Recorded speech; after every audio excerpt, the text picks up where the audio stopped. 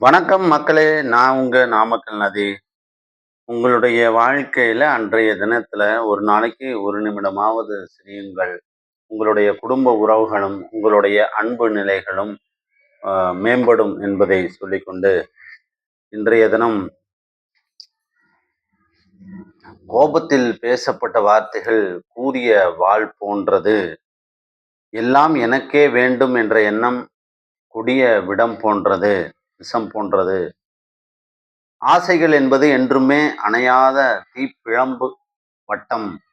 அறியாமை காரிருள் சூழ்ந்த இருள் போன்றதாகும். பிறருக்கு எந்த பயன் கருதாதும் கொடுப்பவன் மிகப்பெரிய எதிர்பாராத பலனை ஓர் நாள் பெறுவான். தர்மம் தலைகாக்கும்.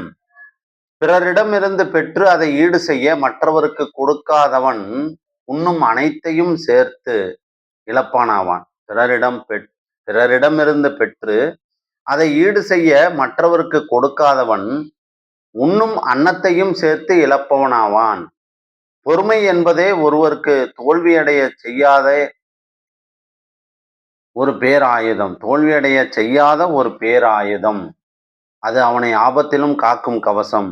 உன்னிடத்தில் உள்ள தீய சிந்தனையை உன்னுடன் ஒளிந்து வாழ்ந்து உன்னையே அழிக்கும் பயங்கர திருடன். மனிதநேயம் வேண்டுமானால் இவற்றை உணர்ந்து வாழ பழகு. நன்றி. உங்கள் நாமக்கல் நதி.